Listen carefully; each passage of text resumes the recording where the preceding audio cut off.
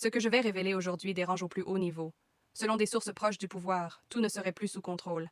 Et certains parlent même d'un basculement imminent. Ouattara tient-il vraiment la Côte d'Ivoire? Ou le pays est-il en train de lui échapper dans l'ombre? Donnez votre avis en commentaire dès maintenant et abonnez-vous, car la vérité que vous allez découvrir ici ne sera jamais dite à la télévision. Et où nous allons? Vous le savez, en 2011, lorsque le président Alassane Ouattara arrive au pouvoir, la Côte d'Ivoire est un pays au bord du gouffre, avec une insécurité totale, une économie totalement délabrée, et il prend ce pays avec son leadership, avec sa méthode, avec son expérience, avec son réseau de relations, avec sa méthode de travail, avec sa rigueur, et année après année, il remonte ce pays au niveau où il se trouve aujourd'hui, un pays à nouveau debout, fier, prêt à repartir sur des bases extrêmement saines vers des ambitions beaucoup plus grandes. Et ces grandes ambitions vont tourner autour d'axes stratégiques qu'il a définis comme étant ceux de 2030. Premièrement, bien sûr, maintenir et renforcer la paix et la sécurité, les rendre durables. Également, développer le capital humain et bien sûr donc l'éducation, la santé, l'emploi. Également, regarder et renforcer les infrastructures. Renforcer également tout ce qui touche à l'industrialisation. Renforcer également tout ce qui touche à la modernisation de l'agriculture et aux pôles régionaux. Et enfin, renforcer la gouvernance et l'amélioration de l'efficacité de l'administration. Voilà, en gros, les grands axes autour desquels tourne cette vision-là. Et c'est avec beaucoup de bonheur que je me prêterai à vos questions. La démocratie, bien sûr, indique que la confiance ne se réclame pas, elle se mérite. J'ose espérer qu'au terme de cet entretien, je mériterai de votre confiance. Et la démocratie parlera ce soir, je vous rassure, hein, monsieur le Premier ministre, et également représentant du candidat du RHDP. Vous portez à nouveau la voix du candidat du RHDP, c'était le cas en 2020, devant les électeurs. C'est un choix stratégique de votre parti? Oui, déjà en 2020, le président de la République candidat, donc à l'époque, avait pris cette décision, puisque j'avais été en charge, et je le suis cette fois-ci, avec ma collègue, le ministre du Plan, Kaba Nialé, donc co-gérant cette direction centrale. Nous sommes les deux à avoir supervisé l'équipe de travail sur donc, la vision 2030, qui est donc le projet de société du candidat. Il a estimé qu'en cette qualité, j'étais donc tout à fait indiqué, comme en 2020, pour expliquer aux Ivoiriens et aux Ivoiriennes sa vision, ses idées, son projet. Avant toute ambition, il y a une condition, c'est la paix. Et sans la paix, on ne peut pas parler de développement. Alors, monsieur le représentant du candidat, le président sortant a promis une présidentielle apaisée. Pourtant, des manifestations sont organisées. Le scrutin a lieu seulement dans une semaine. Les Ivoiriens veulent savoir, peuvent-ils aller voter le 25 octobre en toute sérénité? Bien sûr, ils peuvent aller voter le 25 octobre en toute sérénité. Je crois que les élections maintenant se sont déroulées en Côte d'Ivoire au cours de ces 15 dernières années à de nombreuses reprises. On a eu 3 présidentielles, on a eu 3 législatives, on a eu des élections sénatoriales et toutes ces élections, les unes après les autres, se sont déroulées dans de bonnes conditions. Il arrive, bien sûr, qu'à certaines d'entre elles, ici et là, on observe quelques tensions, mais elles n'ont jamais été de nature à remettre en cause la quiétude, la tranquillité, le calme et des élections apaisées. Et je crois que là également, cette fois-ci, le message du président de la République, c'est que ces élections seront calmes, apaisées, et je vous confirme qu'elles le sont. On peut aller donc voter le 25 octobre. Le premier pilier de votre programme s'établit autour de la stabilité, de la sécurité, de la défense. On parlera bien sûr donc de stabilité. L'opposition, qui soutient apparemment ces manifestations, appelle un nouveau dialogue. Le gouvernement affirme qu'il a eu lieu. Qu'est-ce qui bloque réellement? C'est le représentant du candidat.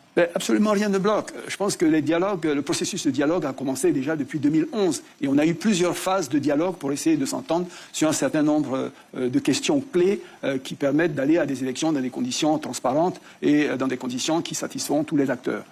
Si je me souviens bien, c'est en 2022, alors que j'étais Premier ministre, que moi-même ai présidé ce qu'on a appelé la dernière phase du cycle de dialogue que nous avions initié donc en 2011, qui était la 5e phase du dialogue.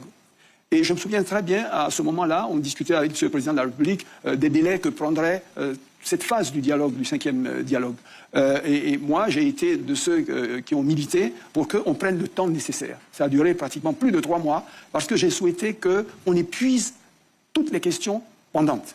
On a eu donc, avec les partis politiques et les organisations de la société civile, à examiner près d'une centaine de points. Je leur ai dit, écoutez, on est dans la dernière phase, la 5e phase du dialogue. On ne veut pas qu'après ça, il y ait encore d'autres questions pendantes. Donc, toutes les questions que vous estimez ne pas encore avoir eu de réponse satisfaisante, mettez-le sur la table pour qu'on en débatte. Voilà comment, sur ces centaines de questions-là, État, partis politiques, organisations de la société civile, nous avons discuté, et finalement les avons épuisées toutes, puisque au terme de cette rencontre, de cette phase, cinquième phase du dialogue, un accord a été signé par toutes les parties en présence. Je dis bien toutes les parties en présence, pour admettre que les questions en suspens étaient donc vidées, et que s'il devait y avoir d'autres points ici et là, mais qui ne sont pas majeurs naturellement, le pays étant revenu au calme et les institutions fonctionnant normalement, ces petits sujets pourraient donc être traités par les institutions qui fonctionnent normalement. Donc aujourd'hui, je veux dire, on ne va pas, chaque fois que quelqu'un change de position ou qu'il estime que ce qu'il avait dit hier, il n'est plus d'accord aujourd'hui, on va ouvrir une phase de dialogue. Je veux dire, on ne va pas passer notre temps à faire des dialogues. Le pays est revenu au calme, on a une relative cohésion sociale, il avance, tout le monde le reconnaît, les chiffres le montrent, et nos ambitions, c'est bien sûr d'aller beaucoup plus loin et de continuer à réaliser ce que j'appellerais déjà le second miracle ivoirien auquel nous avons pu arriver. Donc honnêtement, je pense que le dialogue, il ne s'est jamais arrêté, il a toujours continué, les questions ont été débattues, elles ont été épuisées, les institutions sont là. Si ici et là il y a des sujets, ça concerne le ministre de la Justice, ça concerne le ministre chargé de l'Intérieur, ou d'autres acteurs. Voilà un peu ce que je voudrais dire dessus. La paix est une quête permanente. Alors, Monsieur le Premier ministre, vous avez dit que le dialogue qui a prévalu avant cette échéance a été un dialogue inclusif, que tous ont participé, que les institutions devraient prendre le relais. N'empêche qu'aujourd'hui, il y a une sorte de schisme au sein de la société ivoirienne, parce qu'il y a une partie qui est vent debout contre vous. Alors, comment allez-vous faire, ne serait-ce qu'après ces élections, pour apaiser les rancœurs, pour renforcer l'unité nationale et pour densifier la solidarité nationale? Bon, schisme, il faut mesurer les mots, parce qu'il faut quand même ramener les choses à leur juste proportion. Néanmoins, je le dis, nous sommes un pays de dialogue. Le dialogue n'a jamais été fermé.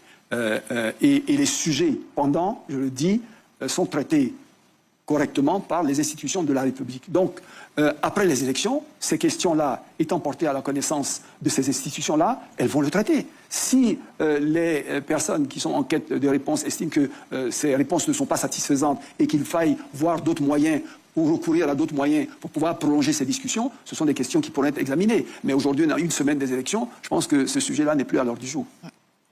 Monsieur le Premier ministre, représentant du candidat du RHDP, vous êtes un parti oufouettiste, j'ai lu votre programme, il est mentionné renforcer la cohésion nationale et l'unité nationale. Félix Houphouët-Boigny, souvenez-vous, dans les années 90, farouchement, Laurent Gbagbo était farouchement opposé au père fondateur. Parti en exil, Houphouët-Boigny a délégué des personnes, des émissaires, pour le rencontrer en exil et le convaincre de rentrer chez lui, parce que chez lui c'est en Côte d'Ivoire. Houphouët-Boigny ne supportait pas qu'un Ivoirien soit hors de son pays, parce qu'il estimait qu'il était toujours bien qu'un Ivoirien soit chez lui en Côte d'Ivoire. Le pouvoir RHDP, si demain les Ivoiriens vous renouvellent leur confiance, vous serez prêt, en tant qu'oufouettiste, à faire une telle démarche comme le père fondateur dans les années 90? Mais on l'a toujours fait. Ce sont nos valeurs fondamentales. On les respecte et on continue de les suivre.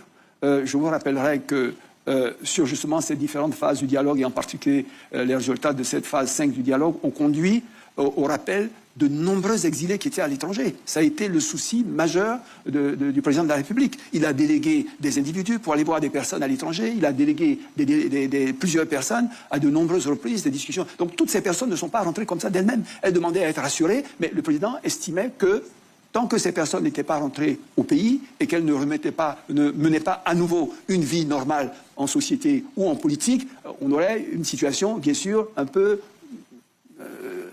embêtante. Voilà. Donc voilà, les efforts ont été faits. Donc je ne vois pas de raison pour lesquelles, après les élections, il dévierait de cette position et de cette attitude. Donc je crois qu'il est toujours ouvert à la discussion. Les discussions continueront avec des personnes qui sont à l'intérieur du pays ou à l'extérieur du pays, qui sont soucieuses de maintenir la paix et la stabilité dans la démocratie pour un pays qui avance. Je crois que c'est ça aussi qu'il faut rappeler, parce que le dialogue, les discussions doivent aboutir à la fin de la journée à ce qu'on ait pour ambition et pour objectif de voir demain une Côte d'Ivoire plus stable, une Côte d'Ivoire plus en cohésion, une Côte d'Ivoire plus ambitieuse, une Côte d'Ivoire plus développée pour nous-mêmes, mais surtout pour les générations qui viennent.